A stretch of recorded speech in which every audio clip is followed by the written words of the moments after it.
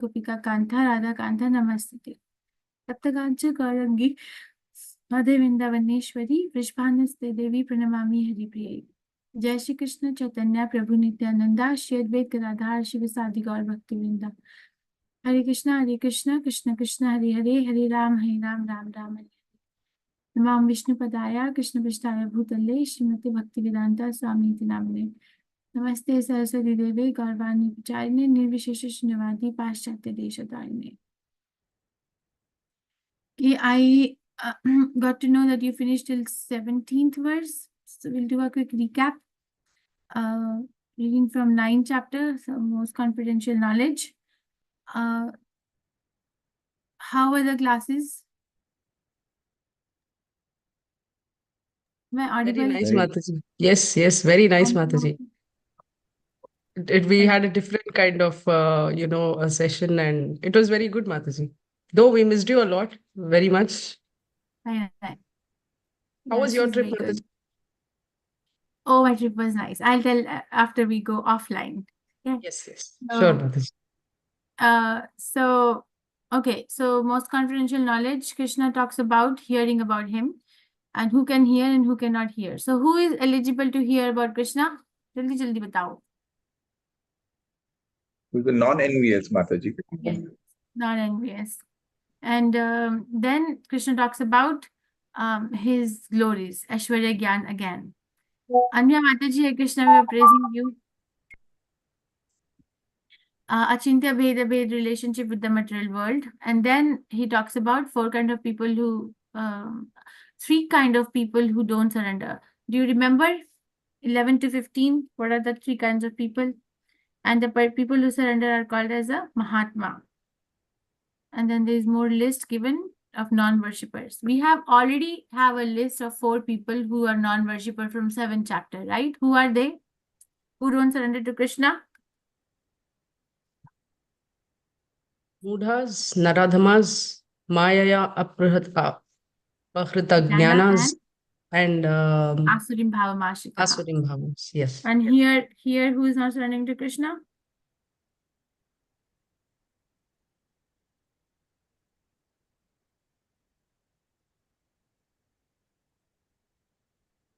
Am I audible or you're choosing not to be? Yes, Mataji. Those people who think Krishna is a human being, he's just one of the conditions. Okay.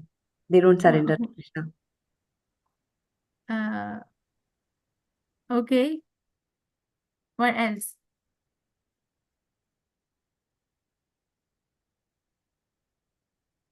Okay, probably I'll bring up the...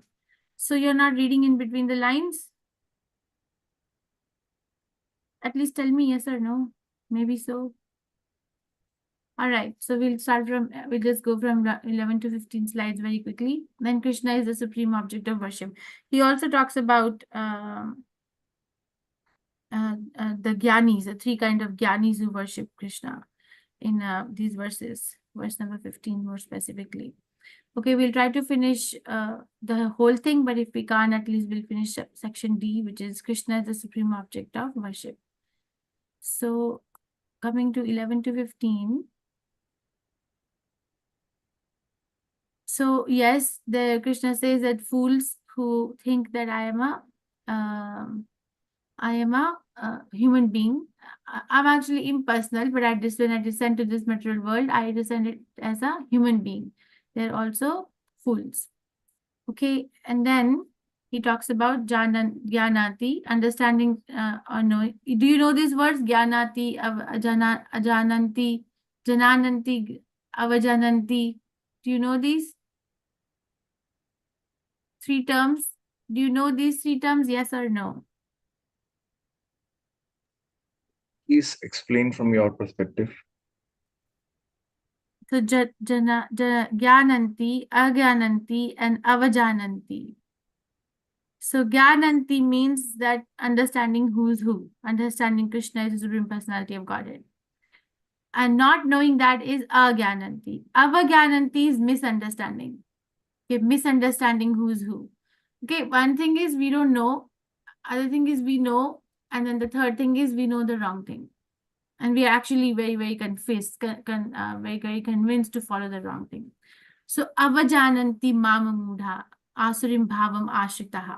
Right? Krishna says as avajananti, people who are misunderstanding me. Okay, and then they have asurim bhava. What does asurim bhava mean? Atheist, Huh? Huh? What does it mean? atheist, demoniac mentality. Demoniac, yes. So asurim bhava. Bhava means nature. Asur means demon. So demoniac nature. Okay, so the demoniac nature will try to misread Krishna's position as the Supreme Personality of Godhead. Okay, and moghasha mogha karmano mogha jnana vichetasaha. So again, moghasha mogha karmano. Demoniac and atheistic views. So demoniac and atheistic views are attractive to such people who want to be ignorant of the Supreme Personality of Godhead's position. It's not that the knowledge is not available. It's one thing that is not available. It's available, but they don't want to harvest it. They don't want to read about it because they are attracted to something else. So Krishna is trying to show us different visions of what are the barriers for us to go to him. Okay, in other words, in a practical application, yes, very obviously we have 4 kind of people who don't surrender, which Kirti Mataji listed. But this is also there that, okay, I might be holding on to some view. Why? Because I am not attracted to the other view. It's not that it's not there, it's there. You see, some people, they don't have intelligence, or other forms of life, they don't have intelligence to understand who is God, who am I, what is Hare Krishna, right? Now, in human form of life, we have intelligence, but we are choosing not to use that intelligence. Why? Because of the demoniac and atheistic views. And Krishna says, if we go on holding to demoniac and atheistic views, then our hopes are shattered. So fate of a Duratma, those who are bewildered, fate of those who out of bewilderment disrespect Krishna's form. They are attracted to demoniac and atheistic views, and then their hope for perfection of this life is defeated. What is the perfection of life? Perfection of life is to know who I am, is to know who Krishna is to know what is a relationship. Simple, hai na? We don't make life complicated. And then he talks about a Mahatma. Mahatmanas to Mampartha Devim Prakritim Ashritaha. So they are taking shelter of a Devi Prakriti. Ashritaha means shelter. The Asurim Bhavam Ashritaha, right? Asurim Bhavam Ashritaha means taking shelter of a Asuri Bhava, demoniac nature. Devim Prakritim Ashrita matlab hota hai taking shelter of a divine nature. Who will take shelter of a divine nature? Mahatmanas to Mampartha, who is a great soul. And what do they do in that? You see, when we take shelter of a nature, that defines our activity, right?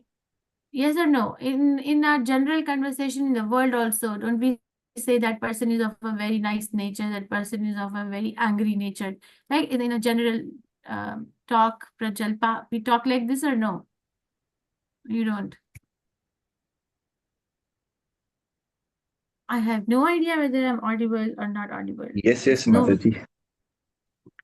Maybe we have 5 people and we cameras are off. I don't understand why. Why our cameras are off? If they Normally we don't praise. We are always citing problems only. This person is bad. This person is bad. It's very difficult for us to praise. So we said our nature, because of our nature. So our nature defines our activity. So Mahatma's nature, who has taken shelter of divine nature, Mahatma who has taken shelter of a divine nature, what is that person's activity going to be? Bhajanti ananya manaso, gyatva bhutadim avyayam. So bhajanti ananya manaso, ananya bhakti. What does ananya mean? Ananya bhakti means? Unalloyed. Unalloyed. What does unalloyed mean? Inexhaustible. Only Krishna, no one else. Yeah, we discussed this. As alloy means mixture of metals, right? Alloy, right? For example, brass is alloy between, what is it, copper and manganese. something like that. So two metals mixed. So alloy matlab hota hai mixture, khichdi banana. Unalloyed means no mixture. Right? You know, my friend, he gave me this. I thought of this verse over there. This saffron from Afghanistan. This is an unalloyed saffron. It's like pure gold. And he was handing over to me. I said, okay, this is like an unalloyed devotional service to Krishna. So no mixture like that. So like that, Gyatva Bhutadam Avyayam. What does Avyayam mean? This Avyayam word comes so many times, 4th chapter. Inexhaustible. What does inexhaustible mean? Imperishable. Now, what does imperishable mean? Will not get destroyed. That's eternal. Yes, so not dependent on the time factor. Yes, it doesn't depend on a time factor. We use these words exhaustible, perishable in relation to the time, right? So avyayam is not dependent on the time factor. So what does a Mahatma do? Take shelter of who is a Mahatma? One who takes shelter of a divine nature. And what is the Mahatma's activity? That they are fully engaged in unalloyed devotional service. Of who? Of Krishna. Who is Krishna? Who is original and inexhaustible. Okay.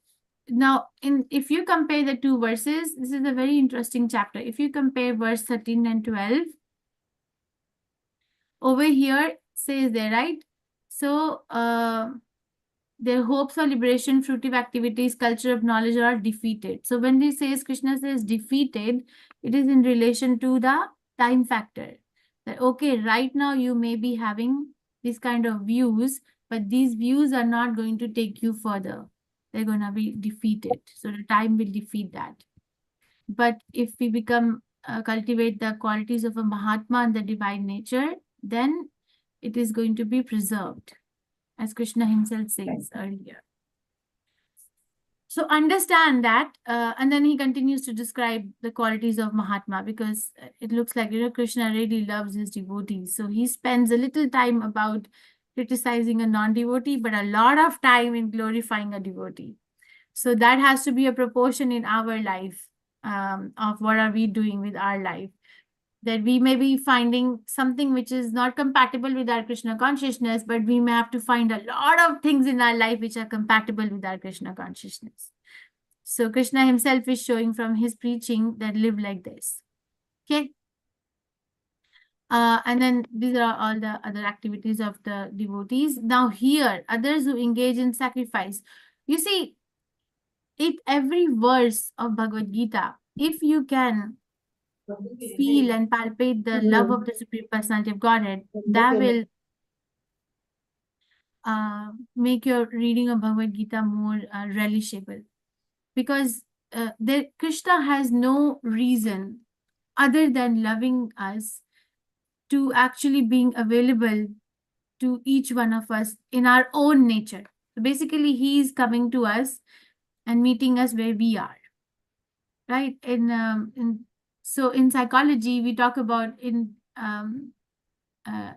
there's this book in secular world, we read that raising an emotionally intelligent child. So in psychology, there's something called Gottman Institute, which has done a lot of research in relationships. So being in pediatrics, we read about parent and child relationship. Okay, so what they say is that there is one thing to love your child. This is one thing to love your child, but it is another thing to love your child the way the child wants to be loved. And there's a very fine line of difference in it. So Krishna is actually telling us in Bhagavad Gita, is actually loving us the way we want to be loved. So that is why he's saying, okay, you are Mudha, but you can become a Mahatma. But if you're somewhere in the middle, you're Jnani. Jnani is neither a Mudha nor a Mahatma. You're somewhere in the middle, then you worship me in the universal form. You see, we read about all these things in the secular world, but Bhagavad Gita already has everything. It's like he's teaching, I read it in pediatrics, that it's one thing to love your child and it's another thing to love your child the way the child wants to be loved. I think this can be brought to expanded to all the relation, but specifically here in Bhagavad Gita, Krishna is loving the way we want to be loved. Oh, is that Saroja? Hare Krishna Saroja. So others who engage in sacrifice by the cultivation of knowledge, Hare Krishna Saroja, worship the Supreme Lord as the one without a second, as diverse in many and in the universal form. Okay, and then so you have to remember, okay, maybe I'll reveal the secret later. That Krishna wants to bring our attention to him. From anywhere our attention is getting diversified, he is trying to catch it and bring it to him somehow or other. Okay, so that is why he's going to talk about worship of the universal form and worship of the demigod. It's not that he's glorifying it. He's just saying, okay, you're doing it, but don't get so diversified or digress from the main topic, because you actually belong to me. You know, at the end of the day, you're mine.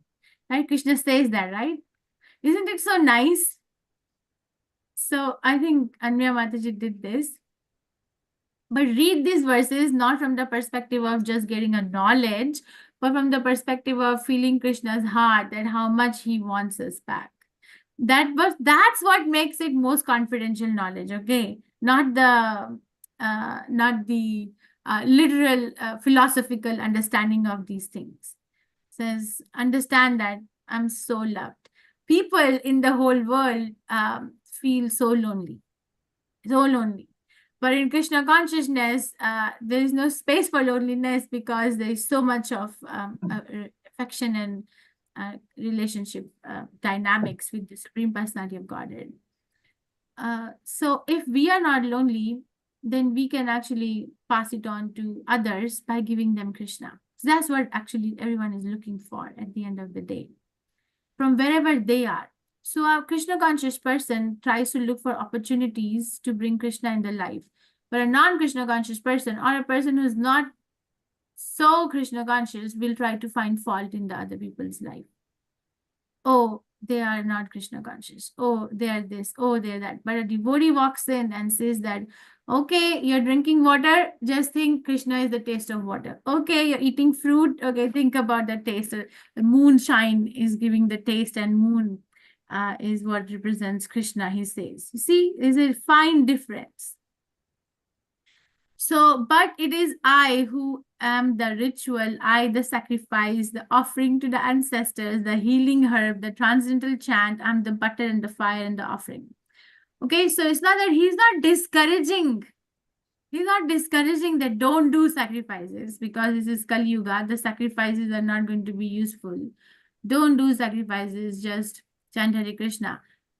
Yes, that's the final verdict. But if somebody is not ready, if somebody is not ready and they are very much attached to the Vedic rituals, then he's meeting them there. Saying, fine, you do it. But understand that I am the ritual, I am the chant, I am the sacrifice, I'm the butter, I'm the fire, I'm the offering. Do it, but think like this. Understood, the verdict of these verses is not to forget Krishna, but remember him at all times with a lot of love and affection. Pitaham asya jagato mata dhata pitamaha vedayam pavitram omkar rik samayajur evacha. I'm the father of this universe, the mother, the support, and the grandsire. I'm the object of knowledge, the purifier, and the syllable Om. I'm also the Rik, Sam, and Yajur Ved. So I take this verse in two different aspects. Okay, I'll tell my realization, and then you tell me your realization. My realization is that this is food for thought for people who are very attached to studying the Vedas. This is like Krishna has declared in Bhagavad Gita that I'm also the Rig, Sam, and Yajur Ved. So the person who's very attached to studying the Vedas will become very, very curious to find out how is Krishna Rig, Sam, or Yajur Ved. Right? But so this is like how, because they're very much attached to the knowledge part of it. But for a devotee, it is very easy to accept, because Krishna says later in Bhagavad Gita that what does he say? Vedeshta sarver ahameva vedya. All the Vedas I have to be known. So what is your realization of this verse? One thing is we literally take it. And he's going to continue till 19th verse. What all things he is. What is your realization? Okay, let's read till 19 and then you think, and then I'm going to not leave you. I'm going to ask each and every one of you. Seeing everything. So Krishna as all the relationships. Seeing everything as a manifestation of God. You know, after coming to Krishna consciousness, we start valuing relationships more. Actually, before coming to Krishna consciousness, we worry that, oh, I'm going to become Krishna conscious, I'm going to leave this thing, right? But actually, after coming to Krishna consciousness, we actually give more value to our relationship with the Supreme Personality of Godhead, and then we carry that value to all other relations that we make in this world because of that one thing that we are plugged into, because of as long as we remain plugged into it. I met this devotee in Vrindavan. I know him, but he's like very senior devotee, like very, very senior devotee. This I got a chance to spend more time though, so I was lucky. So he was telling the secrets of Vrindavan. You see, so my whole vision changed. And I'm sitting in front of him and he's telling about Vrindavan. And it's so hot. It was so hot. Like there's no point in taking bath. Even though you take 10 baths a day, it's so hot. You come out, your face, it's like, oh, it's so hot. And there's so much humidity and there's so much noise, so much traffic, so much, smothering in the crowd. Magar, I was sitting and he was telling, and then like, the whole vision changed. Like, oh my God, what did you just do? So he said, one thing he said that Sri Vrindavan Prabhu, his name is Sri Vrindavan Prabhu, he said, you see, as long as we come to Vrindavan with a proper consciousness of only becoming Krishna conscious, we are in Vrindavan. But if we are not coming to Vrindavan with that consciousness, and we try to get absorbed in the externals, we might be in Vrindavan, but we are not in Vrindavan. So the way he said it was very impactful. So seeing everything as a manifestation of Krishna, he is a father, mother, support, and grandsire. So all the relationship in the material world are part and parcel of Krishna, which implies they are Krishna. Dhata means creator. Purifier means which helps us to purify constitution, position, the subject matter. Omkar is the sound vibration of all the Vedic literature. But Omkar, Om means what? 17th chapter Bhagavad Gita explains that. It's made of Chaitanya Chaitamrita explains it even in more detail. A, U, and M, right? So what is A, what is U, what is M?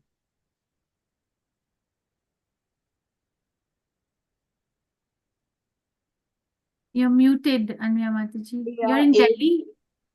No, Mataji, I am in Mumbai. And she has come from Delhi to Mumbai because on a Tuesday, there's a small ceremony in which like Maharashtrians have.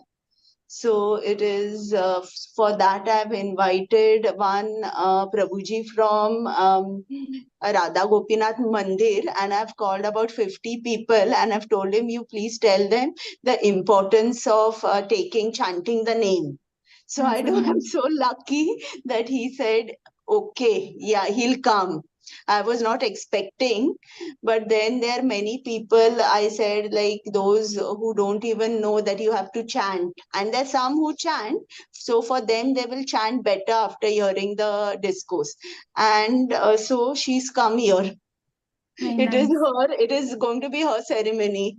I have to do everything. But I told her she has to do some dancing. It's a typical Maharashtrian way, where the ladies come. So I have told her I've chosen all the songs of Krishna. So nice. Nice. Okay, what is Om mean? A-U-M? Yeah, A means Krishna, U denotes Radharani, and M denotes the living entities. Yeah. So Omkar is yes. Thank you. And then all the Vedas, because they have Omkar in the Vedic hymn. And of course, Krishna himself says that Vedesha Sarver Ahamim Vedya. Okay. So if we are able to get this vision, but we are not able to get this vision because we don't want to have this vision. There's no other reason. Okay, so Krishna continues. So at the end of the 19th verse, I'm going to ask your realization. The goal, the sustainer, the master, the witness, the abode, the refuge, and the most dear friend.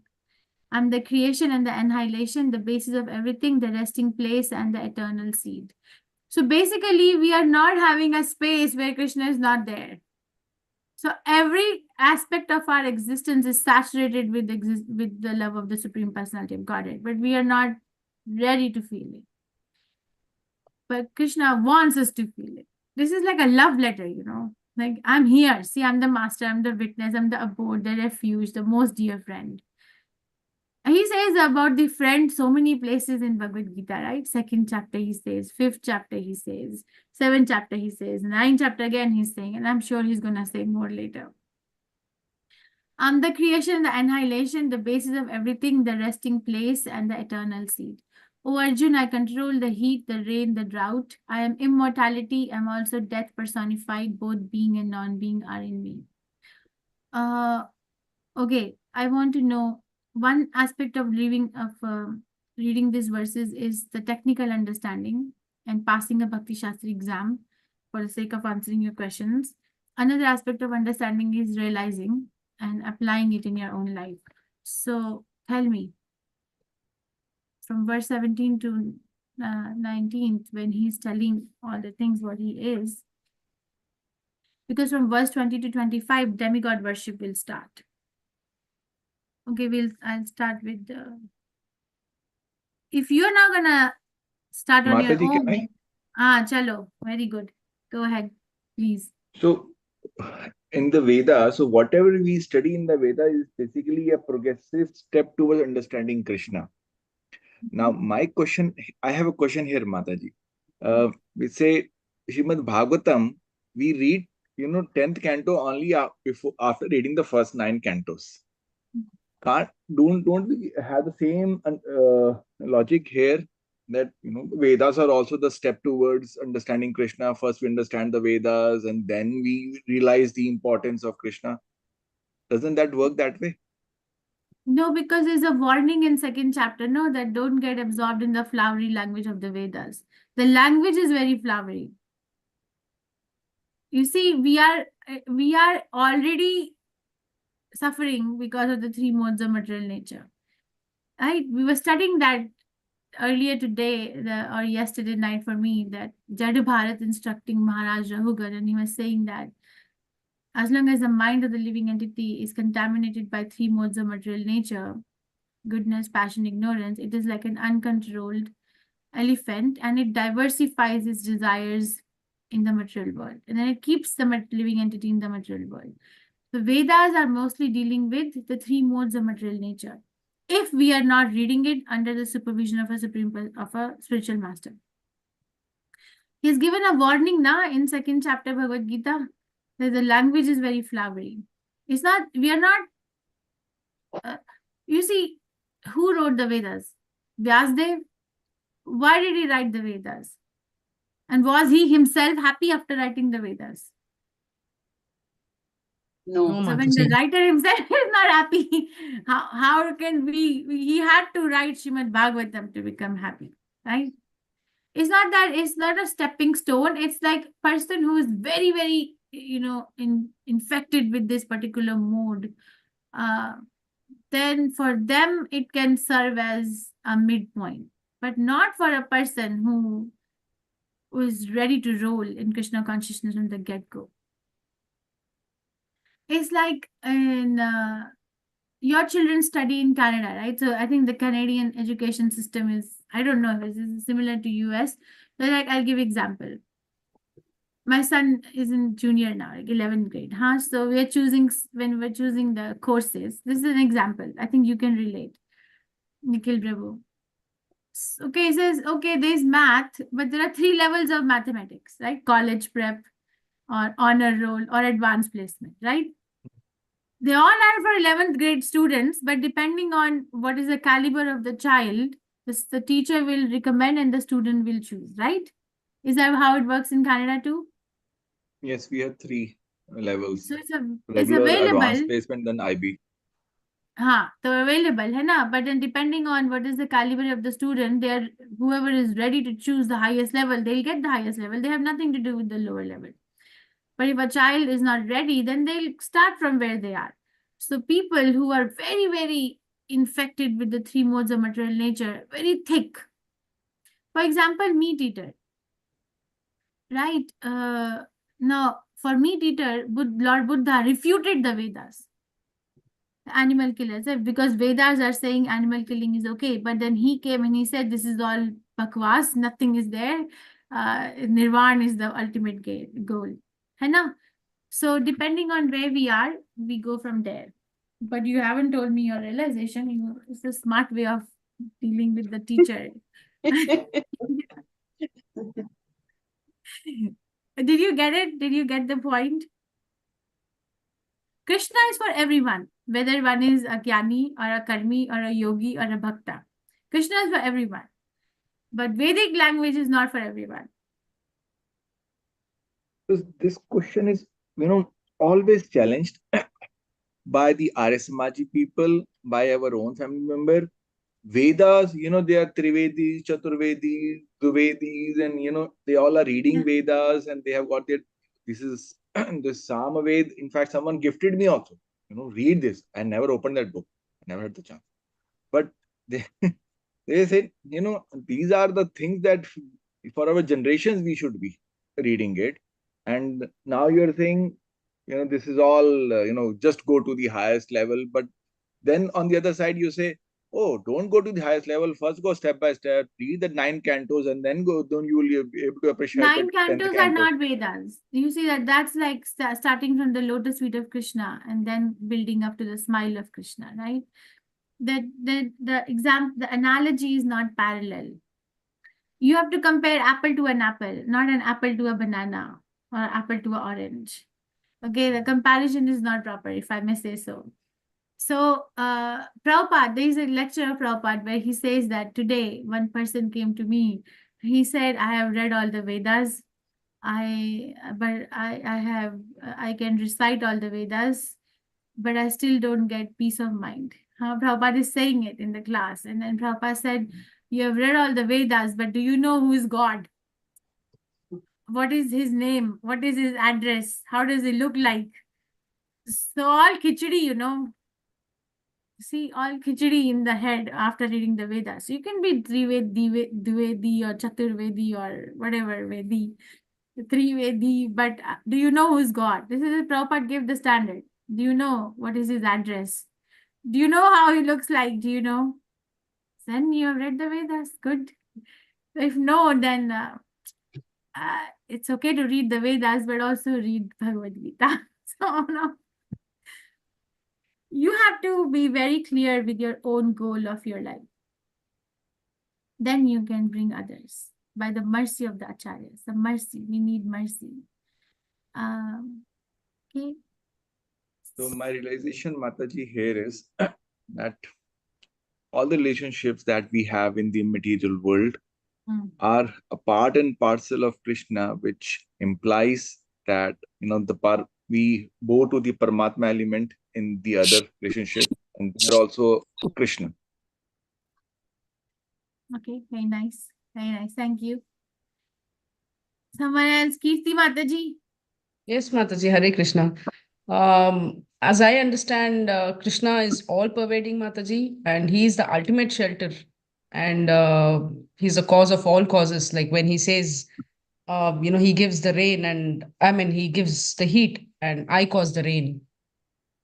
So, like, he is the cause of all causes, and the ultimate shelter is what I understand, Mataji. Very nice. Yeah, I think we go through levels in Krishna consciousness. Very nice. Fine. Okay, I'll take it. Okay, someone else. Rupa Mataji. Hare Krishna Mataji. He says he is the father, he's the seed giving father. And so we know we have come from him. And like a mother is nourishing us every day, not just physically, but in all possible ways. He's always available. Like he's in the heart, he's like Kirti Mataji said, he's the taste of water, and everything is him. So whatever we offer, that also is coming from him basically. And even after we perish, like the body is gone, we still go and rest in him. So there is Right. no way we can get out of his clutches or whatever. We are always under his control in one way or the other. He's Shelter. always shelter. Yes. Yes. Control. His shelter. Yeah. I was gonna say something, I forgot. Okay. Maybe if I remember again, I'll say. Very nice. Thank you. Anyone else? Sudarshan Rao Prabhu. Hare Krishna Mataji. Sorry to ask. May I know the question, Mataji? Yes. Who will tell the question? Kirti Mataji, what is the question?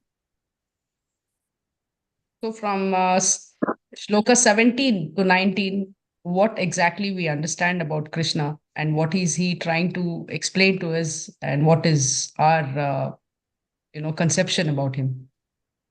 What Is is that your right, Mataji? realization? Yeah, realization. One way of reading these verses as like, Krishna is like a technical way. Another Yes, way is Mataji. Yeah, basically, we are all separated from the Lord. We are all basically as a Anu, and Krishna is the Vibhu, and our main goal is to perfect ourselves here, and we should have a perfect knowledge, and we should aspire to go back to Godhead, the Krishna's abode. Yeah, that is the only our main aim of the life. And when for that purpose, each and every action which we perform, that should contribute towards going towards the Lord's service, and ultimately we should be perfect, and we should go back to Godhead. Okay, very nice. Thank Thank you. you, Mataji. Anya Mataji. Hare Or Krishna Saroja. Mataji. Saroja. Yeah. Sanoja, you want to speak? 17. Okay, so Mataji, this verse, it has a very deep meaning, the 17 to 19. So actually what I felt I've already told in the class that we, our life is built around relationships. So and so is my friend, we have a father, we have a mother, and we give so much importance to those relations that like even though we are devotees, we are still are in an illusion. We really don't think that Krishna is a dear friend, we don't think Krishna is a father, we don't think he is a supporter. It has been said na dhata, Pita Hamasya Jagato Mata Dhata, supporter. We try to find support in relationships, or in the money which we earn, or in the fixed deposits which we have. But actually, all that is perishable. And Krishna is our ultimate father, ultimate mother, and he is the one who supports us, nourishes us every day. But we don't give that much time to him. Mataji.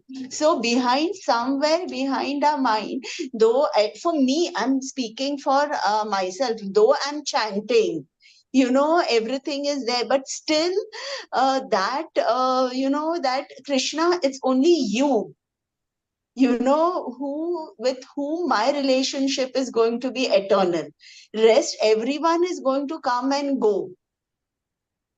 So these three verses tell us that all the relationships in this world are temporary, and Krishna is like almost screaming and saying that I am your father, I am your mother, I am the one who supports you, I am the knowledge, I am the object of knowledge, I am the witness.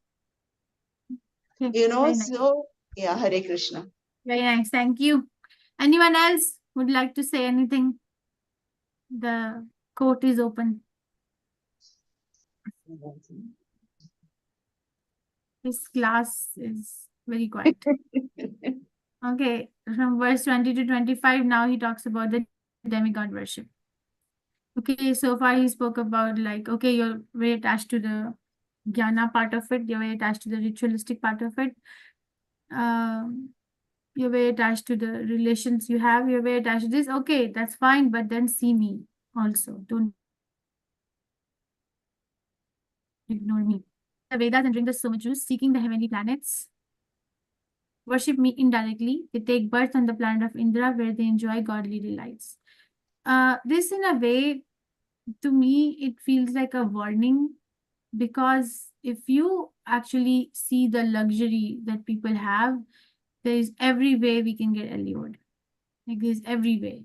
Like if you see like the people who are enjoying like power and luxury, if we are not very strong in Krishna consciousness, we can be swept off our feet. It's very easy. Material nature, don't challenge it. Like don't, what does it say in 7th chapter of Vaikuntha? I think it's verse 28. What does he say? Ma'am, Devi, what is it? Ma'am part, what is the verse? That is very strong. Devi Prakriti is very strong. What is the verse? Open. I'm still Mataji, at line. 28 is Yesham Twanta Gatam Papam Jananam Punya Karmanam Te Dvandva Moha Nirmukta Bhajante Mam Dhrudavrataha. No, That not is this one. 28. I think you're trying to say Daivi Hesha Gunamayi Mama Maya Duratyaya. Yes, so Devi hi Esha Gunamai Maya Durataya.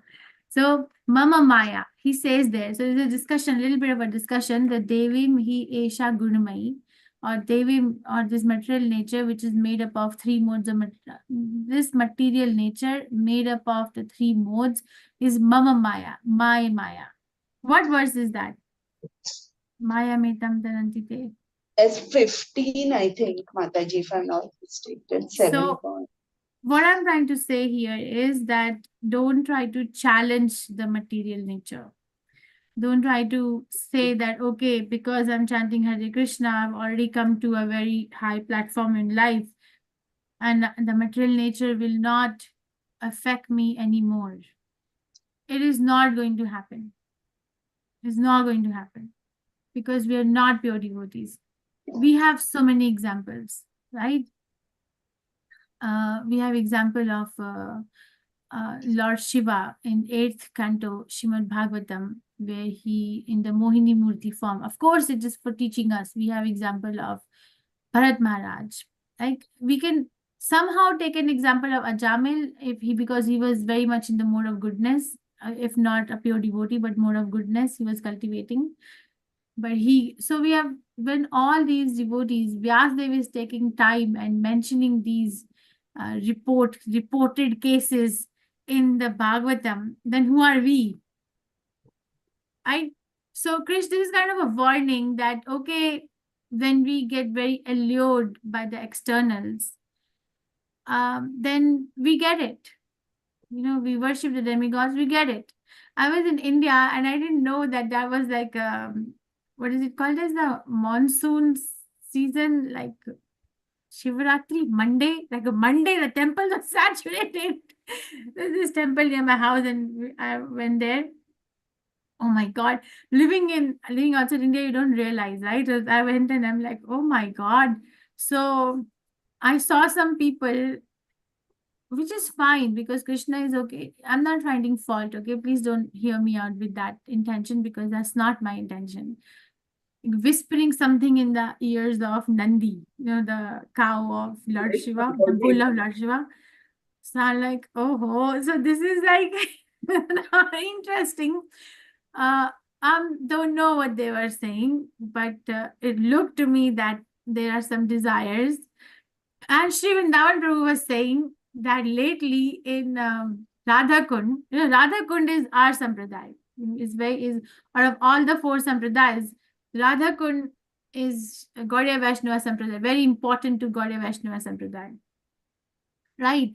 But he said lately in Radha Kund during Bahulashtami, he said initially we used to go and clean Radha Kund and worship and chant Hare Krishna and do our programs. And it was just us. But nowadays, the ladies from Punjab come and somebody tells them, You go to Radha Kund on Bahulashtami. If you don't have a child, you'll get a child. If your husband is not nice to you, the husband will become nice to you. So basically, he said down Radha Kund is flooded and we can't even put our foot there on Bahulashtami because this happens. So I put this warning in the Bhagavatam class also the other day that we may be practicing the principles of Krishna consciousness, the rules and regulations of Krishna consciousness, but internally we may be doing a karma kandiya vichar. You know this? Internally we might be, okay, I'm going to do it because, I get up early in the day, gets very healthy life. I eat sattvic food. I don't watch movies. I don't waste time in Prajalpa. A very good person. Very good person. So this is a karma kandiya vichara. How much love for Krishna you cultivating is the real deal. So this is a warning that you do this, you will drink the soma juice. But what happened when they have thus enjoyed heavenly sense pleasure? They return to this mortal planet again. Thus, through the Vedic principles, they achieve only flickering happiness. Chapala sukha. Magar, what happens if the person is not fixed in Tattva Gyan, or the absolute truth, the knowledge of the absolute truth, they are okay with this little bit of a flickering happiness. They're okay. Prabhupada was mentioning in his class, I heard yesterday, that the time is coming where if you say somebody that if you do this activity, you will become a dog in your next life. And the person will say, what is the harm there? What is the harm in becoming a dog? Because in Western world, if you look at a pet dog's life, it's pretty luxurious. Na? Niti Mataji have seen like pet's life, it's pretty luxurious. Delhi maybe I saw it becoming the same thing. Pet grooming and veterinary hospital and pet foods and big and billions of dollars worth of industry. So we are in a very difficult situation because nobody is trying to do what we are trying to do. And our purpose is not just we do it, but we all want others to do it too. So we are very, very in a very difficult situation. But Krishna's reassurance is that if we do it, then he's going to save us. You see, highest for the lowest. One time we were in a class and Maharaj was saying, Swam Bhagavan Keshav Maharaj, he said, when Bhagavatam was written, or even if we go as far as, let's say, 500 some years when Chaitanya Mahaprabhu appeared, the scriptures were not so easily available. Right? They were writing on the palm leaves, Shikshashtakam prayers or Brahma Samhita prayers. We found them like that, right? They were not easily available. It was accessible to very, very rare people. Right or wrong? Right. But now it is so easily available. You can Google Prabhupada books anywhere, or free classes have been conducted. So many avenues have opened up. So have you ever thought that why is it so? There's something which was very rarely available has now become very freely available. Why? And then he said, because highest for the lowest. Because we are lowest. we don't have that capacity. We think we are good, we are this, we are that. We have our own conception of our life. Everybody has it. That's how we go on about life.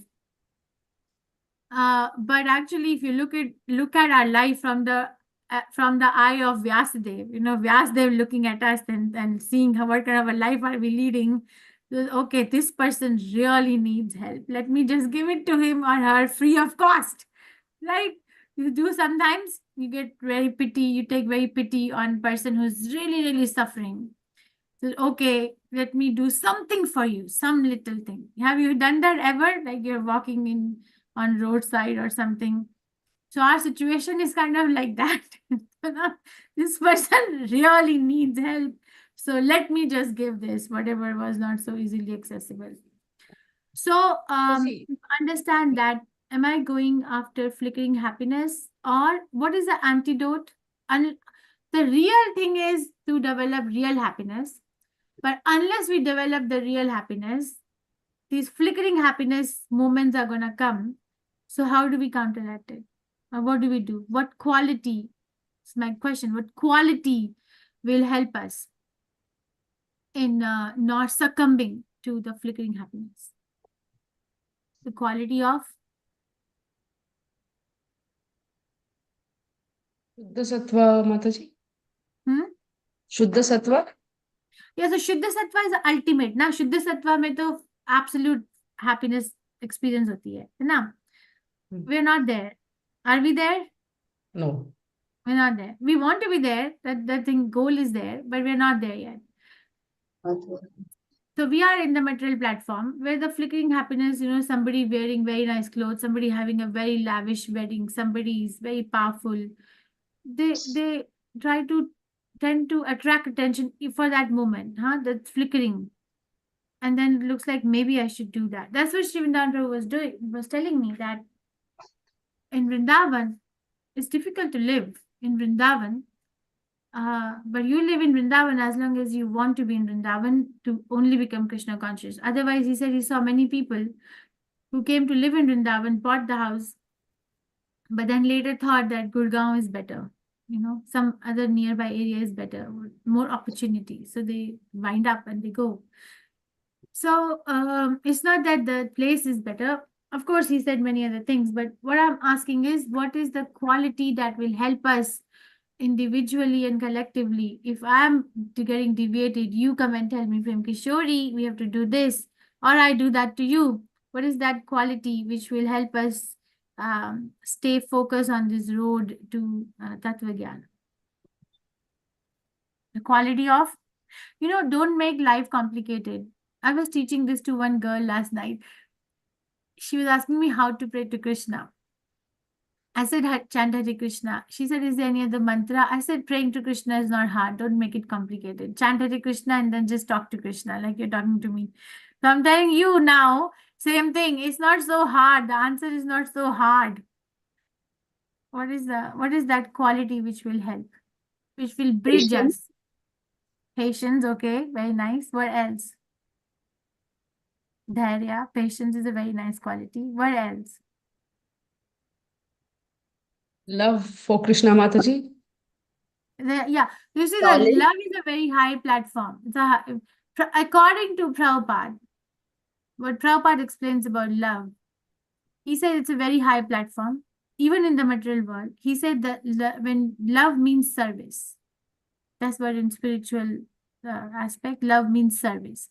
If I love my child, it means I'm serving the child in some manner. Love is not a static quality, it's a dynamic quality. Okay. But yes, love for Krishna is ultimate, yes. What else? Am I clear or am I confusing you? You're clear, Mataji. To you, but thank you. The Well, other quality you can say is you need to develop knowledge.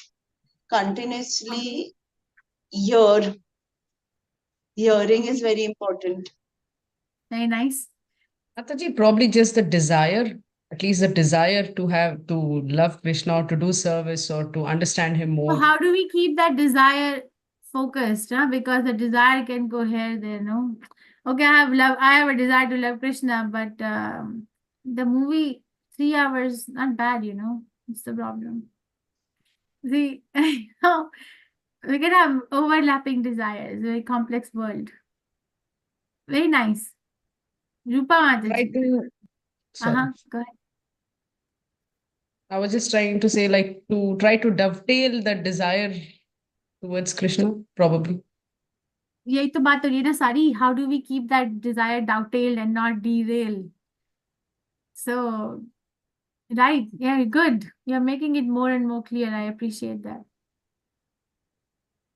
So By one always thing, being in the association of the devotees. Association of devotees, yes. Like-minded devotees, yes. Association of Like-minded. Very true. Very nice. What else? Krishna says this in second chapter. One of the first qualities he tells Arjun to cultivate. I think I do that too. Faith. Faith, okay. Faith, yes, very nice. That's not one of the first qualities. He does talk about faith. Tolerance. This is Matra Spashas to Kanteya. Remember? Sitoshna Sukha Dukkadaha. Tolerance. Tolerate. Don't deny it. Don't try to self-sabotage or flagellate. Right? So, okay, I'm getting attracted to this quality here and there. But what does Krishna say? That now I'm gonna become very critical to my own self, or I'm going to tolerate. What am I gonna do? Tolerance is better. It works. Tolerate. Yes, it's there. But I'm gonna tolerate. Okay, so I'm trying to say that Krishna is giving us this instruction that if you want to go to Indralok and enjoy godly delights, you can do that. That's fine. But understand that this is temporary and this is flickering. Okay. Which also means that there's something which is available, which is permanent and not flickering. So how do you bridge a gap between my attraction to temporary and flickering and my intention to be towards which is permanent and not flickering? The patience and tolerance. To tolerate. It's going to be there. Just tolerate. How do we tolerate? Because of the association. I think Nikhil Prabhu said that. Okay, so he says, he further elaborates, if you worship the demigods, perform yagya to get swarga and acquire enough credit, go to the demigod planets and enjoy lots of pleasure. You can do that. It's available. Right? It's okay, if once you get like, what is it? OCI, like overseas citizenship of India, you can go to India anytime and then you can come back to your home country anytime in Europe or Canada or US. You can be anywhere in the whole world. It's like, okay, you get a ticket to go to Swarg, you can go. But then what happens? You come back. Ananyas chintayanto mam ye janaha parupashyate tesham nityabhiyuktanam yogakshema vahamiham. So here he gives his verdict. This is how Krishna talks. He tells Sara news, either who is doing what. Like somebody who is worshipping the demigod, somebody who is a karmi, somebody who is a jnani. But then at the end, he tells about what is most important. You see, this is a way of conversation. The skill of conversation is, do you tell what is most important in a conversation at the beginning of a talk or at the end of the talk? When do you say that? When do you mention the most important part of your talk when you're giving a talk? In the beginning or at the end? Why not middle? Okay, you can do middle, okay. But will you reinforce it at the end so people remember? Yes, Mataji. At the end. Yeah. So he's telling now, he is told about what the sacrifices are about. He's told about the demigod worship, but now he's telling the most important thing. But those who worship me with devotion, meditating on my transcendental form, to them I carry what they lack and I preserve what they have. So I become accountable. When we are not in Krishna consciousness, then we are accountable. And we are very small to be accountable. Don't you get overwhelmed with life? Do you get overwhelmed with life at times? So many things to take care. Yes or no? Yes, Mataji.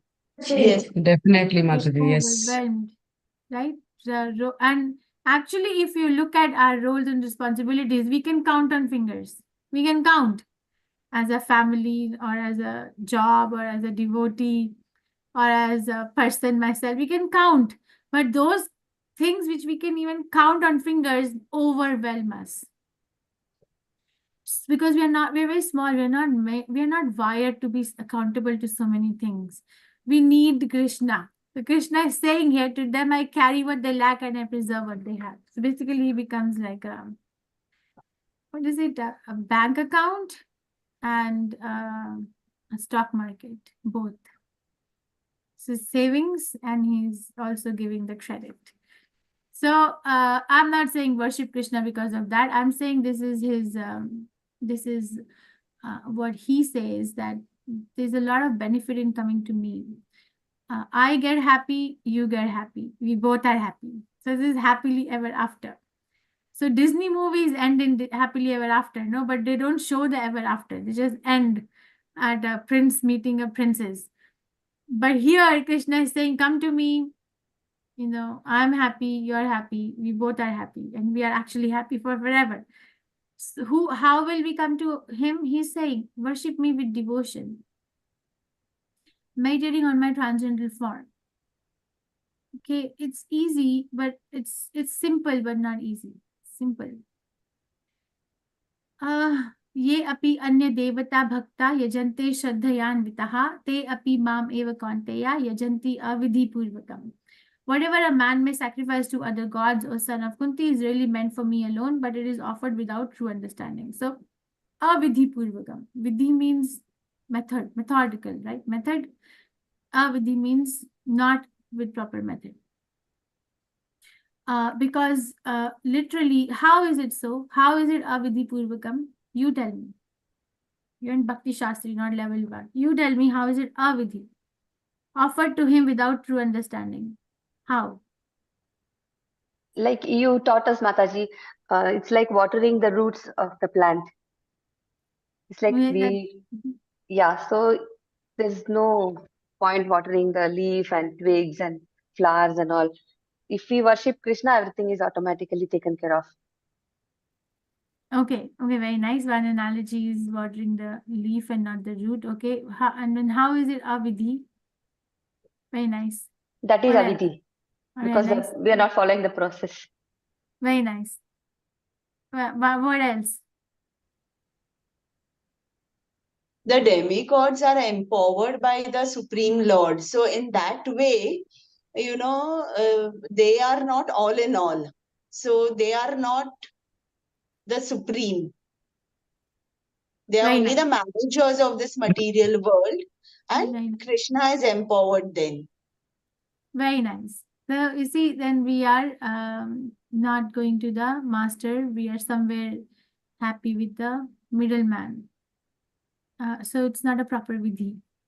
When the master himself is available, because we carry our trauma in material world to our spiritual life, and we in material world we are traumatized because the master is never available, the leader is never available, right? So is it okay, how can God be available? But here God is available, so it's avidhi. So because we don't understand that even the demigods are getting their power from Krishna. So demigod worship without knowledge of Krishna's supremacy is called avidhi purvakam. This is what Anya Mataji was saying. It is a sign of less intelligence because such worship is offered to me only, but indirectly. So 3 analogies of indirect worship of Krishna. One that Rupa Mataji said, pouring water on leaves and branches and not the roots. And then the other example is feeding different parts of the body, but not the stomach. And the third is not to follow the laws of government and offering a bribe to the officers. You know what is the bribe called as nowadays? My God, I learned on this trip now. What is the bribe called? Huh? Lobbying. Lobbying. Okay. And that's not what I heard, but maybe okay. I'm happy to learn this. What else? They say, my friend told me, he said profit sharing. So I'm like, wow, like imagine, but actually it's a bribe. So is the result of such worship? What is the result of such worship? What is the result of such worship? We will fall down. They take birth with the demigods only. Yes. The fruits are temporary. The fruits are temporary. Yes, very nice. So simply fall down. Fall down matlab hota hai, come back to the square one. Same for, yeah. Where we started from. Okay, I'll finish till 25. So, aham hi sarva yagyanam bhukta cha prabhureva cha nato mam avijananti tatvanatas chayanti te. I'm the only enjoyer, the master of all sacrifices. Therefore, those who do not recognize my true transcendental nature fall down. Okay, so Krishna, my Guru Maharaj pointed this out. It says, Krishna says I'm the enjoyer, right? In 5th chapter, I was saying, Guru Maharaj, Krishna says I'm the enjoyer. He said, no, Krishna says I'm the only enjoyer. He doesn't say I'm the enjoyer, I'm the only enjoyer. I remember him saying this to me, I'm the only enjoyer. So basically, if I have a tendency to enjoy without Krishna, I can enjoy with Krishna. I can enjoy prasadam. I can enjoy nice kirtan. I can enjoy temple opening in Mangalore with all the devotees, right? I can enjoy all that. But in Vrindavan, oh my God, I used to go to Mangalarti, sometimes to ISKCON, sometimes to Radha Vallabh. I really love going there because only the local Brajavasis come. All the local, they've been coming for years. I've been seeing the same people for years now. And then it's so beautiful that Radha Vallabh is on the podium and that all these Brajavasis line up and they're really singing in Braj Bhasha, the glories of the Supreme Personality of Godhead. And we are relishing. 5:30 in the morning, the whole Vrindavan is dancing and relishing as to what he's wearing, what he's going to eat today, what kind of aarti is going to be performed, and how beautiful his cheek are. So it's like, it's so relishing. And if you go to Vrindavan and you go to Radha Raman temple and share an aarti between 8 p.m. to 9 p.m., or they're relishing Radha Vallabh's, Brajvasis, they sit on the back and then they sing all these bhajans. And this was a monsoon season, so it was all monsoon songs. The activities of Radha Raman, that what is he going to do now? And what is Radharani going to do? So you enjoy. You cannot not enjoy. You enjoy. People are dancing, people are relishing, singing. You're not going to sing if you're sad, are you? No, not technically, but if you're happy, you're going to sing. You enjoy, but you enjoy through Krishna. Okay, so that's the only difference. So it's not that we say don't enjoy life, enjoy to the fullest with the fullest. Okay, but if we don't, then the warning is, if we don't understand the true transcendental nature of Krishna, then we fall down, or we fall down to the material world again. Then he says, okay, you fall down, where you fall down to wherever you want to fall down. Yanti deva vrita devan, pitrin yanti pitrivitaha. Bhutani yanti bhuteja yanti madhyajino apimam. Those who worship demigods will take birth among the demigods. Pitrin yanti pitritaha. Worship ghosts or pitras, Krishna. Then you take birth over there. Bhutani yanti bhuteja. Who worship ancestors, go to ancestors. Yanti madhyajino apimam. But who worship me will live with me. Okay, so we want to fall down or we want to go to Krishna, the choice is very openly ours. I think we'll finish the chapter next time. So today we studied, I wanted to reinforce, because this can go either very philosophically and technical explanation, or it can go to the explanation of what the topic of the chapter is, which is the most confidential knowledge, which is the relationship of a living entity with the Supreme Personality of Godhead, which is based on pure love. There's nothing, unalloyed love, right? So understand that Krishna is saturating our life in all avenues, at least theoretically understand. Okay, and then work on it to make it a realization. And then he says that he tries to meet us where we are. And then he actually introduces his presence in our life, and then we build on that, which I gave example of this Gottman Institute, what we study in pediatrics, which you can, by the way, apply in your life everywhere. Okay, and then it'll become very nice. Because Krishna is nice. And then we studied about the demigod worship, that somebody is worshipping demigod, fine, but don't worship them without proper vidhi. Worship them from the proper standard, taking them as administrative leaders of Krishna's parliament. Okay, so Krishna still remains the president. If we don't do that, then we fall down, and then we discuss what is the fall down. We also discuss what is your realization. And I'll finish the chapter next time. I think we stop here. Questions, reflections, realizations, corrections. Yeah, Hare Krishna Mataji. Thank you so much for your lecture, Mataji. Mataji, actually in Bhagavad Gita, as it is what Srila Prabhupada written, so in this, Prabhupada clearly mentioned that the God is one, that is the Supreme Personality of Godhead, Krishna. So, but in some other verses, it is mentions that other gods and gods, sometimes demigods.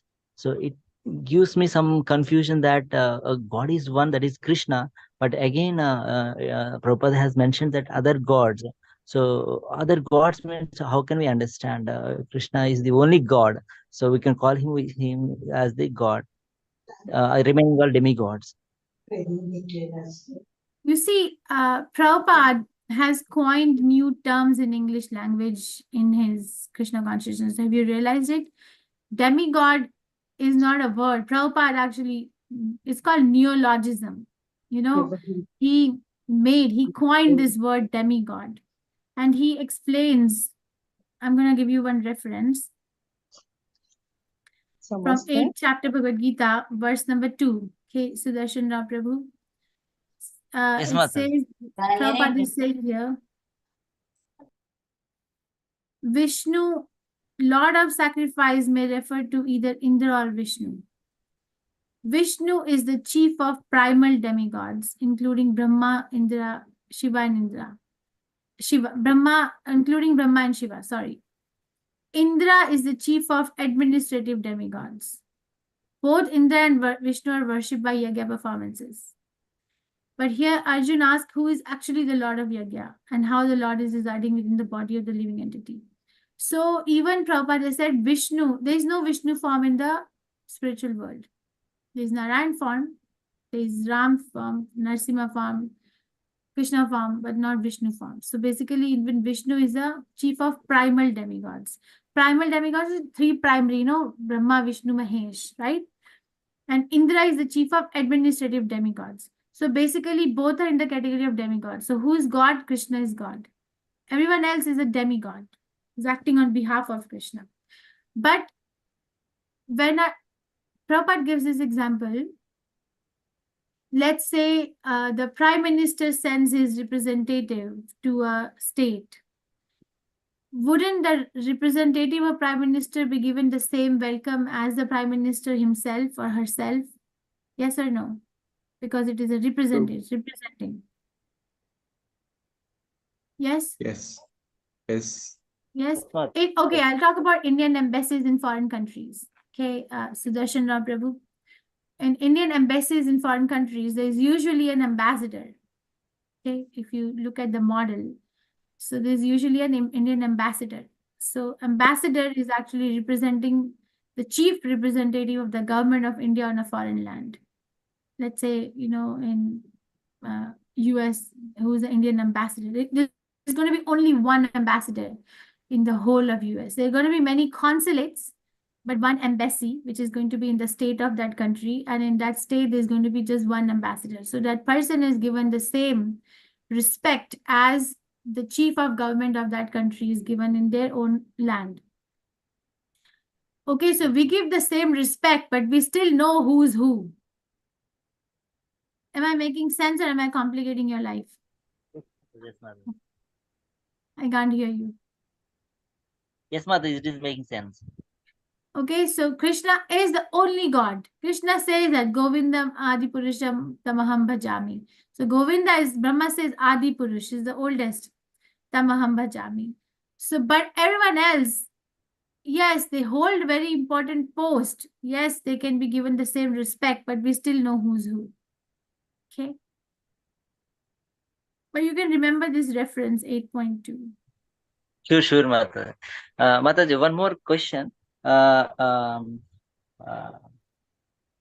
Question. Yeah, we are having three Vishnus, Kshirodaki Vishnu, Karnodaki Vishnu, and Garbhodaki Vishnu. So is this three Vishnus also demigods or? Yeah, the chief of primal demigods. Primal means original. And then from them, everyone else comes. Yes, they are chief of, yes. So Mahavishnu is the Krishna. No. There's a difference. There's a fine line of difference. For example, you have children? Do you have children? No, Mataji. Okay, so let's say my child shares my name. Okay? My child shares my name. So wherever they write, in the application, they write my name. Son of, daughter of, or whatever, right? They write my name. Yes. So they share my name, and then they might share my looks, right? My genes. But they are still different. I am, and they are still they are. Yes or no? Yes, Mataji. So Mahavishnu, see, these are in the modes of material nature. Vishnu is chief of mode of goodness, Brahma is chief of mode of passion, Shiva is chief of mode of ignorance, right? Yes. But they are still in the material mode of nature. So they're not like, for example, they're not same as Krishna. Vishnu is not having same pastimes as Krishna. Okay, but they are of a very high caliber that we have to respect them as very high representatives of the Supreme Personality of Godhead. But they're not the Supreme Personality of Godhead per se. Am I making sense? Yes, Mataji. When you will go back to Krishna, I have heard this from many devotees. When you will go back to Krishna in Goloka Vrindavan, there is going to be no Vishnu there. Okay. Okay. And we study that in 10th In a, chapter, 10th canto. What is that demon which, or I have to think now. I'll look at my notes and come back. And in fact, when we chant the holy name of Krishna, the one of the offenses to consider the glories of chanting Hare Krishna as an imagination. What is the offense? Demigod, tell me all the offenses. There's an offense where it says that to consider chanting Hare Krishna to be of the same caliber as worshipping the demigods. There's an offense like that. Somebody pull out the 10 offenses, please. We can look at them. And also, Sudarshana Prabhu, I would recommend you to study first canto Srimad Bhagavatam, 3rd chapter, where all the incarnations of Krishna are described. And then there's this verse, Ete cha ansha kalaha pumsa Krishnastu Bhagwan Swayam. So, Ete cha ansha. Ansha means part. Ete means these. Kalaha pumsa Krishnastu Bhagwan Swayam. So, these are all parts and parcel of Krishna, but Krishna is the Supreme Personality of Godhead. Indrari Vyakulam Lokam Ridyanti Yuge Yuge. So, these are all parts and parcel of Krishna, where Krishna is the original. yes, ma'am. Also in a Bhagavatam. First canto, 3rd chapter. Yes, ma'am. Sure, ma'am. I will go through once again. In Bhagavatam also it mentions that these 3 Vishnus also come out of Mahatattva. Mahatattva is what, ma'am? Yeah. Pradhan and Mahatattva. Now don't get there. We'll get there at some other point. Okay. Mataji, I have one question. Actually, in Prabhupada book, I have read that they need some amount of money to build the temple. For that, they are going to the roads and houses and to start raising the funds. But it takes a lot of time. But they want to build the temple within short time. At the time, one devotee said that let us we have these many crores. Let us keep this money in the bank, so it will get multiplied over a period of time, and it can be useful for temple building. That is what devotee suggested. But at the time, Prabhupada rejected that idea. Because this comes under gambling. This comes under gambling. We should not do that. We should take money from the devotees, and then we should start building the money. That is the thing he recommended. So my thing is that we are sometimes people are investing money in the bank, saving in the bank, as well as they're investing in some stocks. So is that a gambling? Comes under stocks, and saving in bank is a gambling? Sudarshana Prabhu, for the longest time in my life, I did not do any fixed deposit or any investment because of Prabhupada's instruction. The longest time in my life. And because and there's so many other instructions that I hold on to, and I'm like, does it make sense in my life or not? So there are 2 aspects. This is called hermeneutics. Okay, there's a word in English language called hermeneutics. Hermeneutics means understanding the author's writing in that particular context. Okay, it's hermeneutics. So actually, we teach a course in ISKCON. It's called ISKCON Hermeneutics.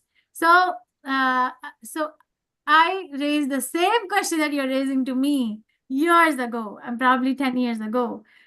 So the thing I got was that we have to look at different aspects. And I'll tell you what Prabhupada wrote in his will. I read Prabhupada's will sometime.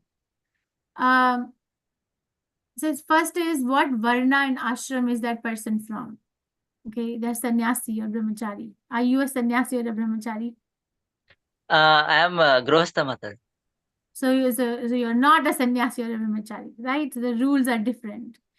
And the second is like, what options do you have? Because you have a liability of taking care of your children. So what options do you have in present day lifestyle to provide some sort of security? Because it's needed for your family. What options do you have?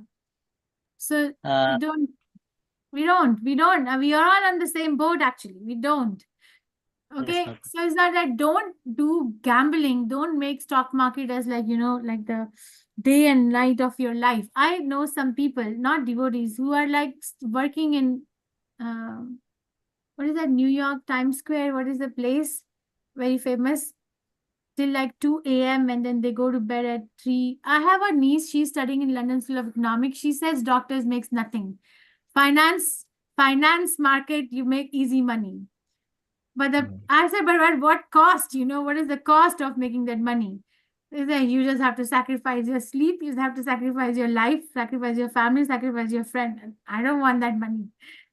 So the thing is, don't overdo it, but don't deny from what varna or ashram you are situated in. Okay. And if you read Prabhupada's will, okay, Prabhupada writes in his will that about his family members, that his family members will never have a claim in ISKCON and any part of the ISKCON ever. And he has deposited 1,000 rupees for I don't exactly remember which all family members in fixed deposit for his family members. So when Prabhupada was acting as a responsible person for his family, he also did this. Okay. So don't get confused. I was confused for years, and I'm not good at it, but I'm like, okay, there's some fixed deposits which I have it for children here, and that's it. No, I'm not gonna overdo it because it actually disturbs the mind. Money, if not used for Krishna, is a disturbance to the mind. The disturbance.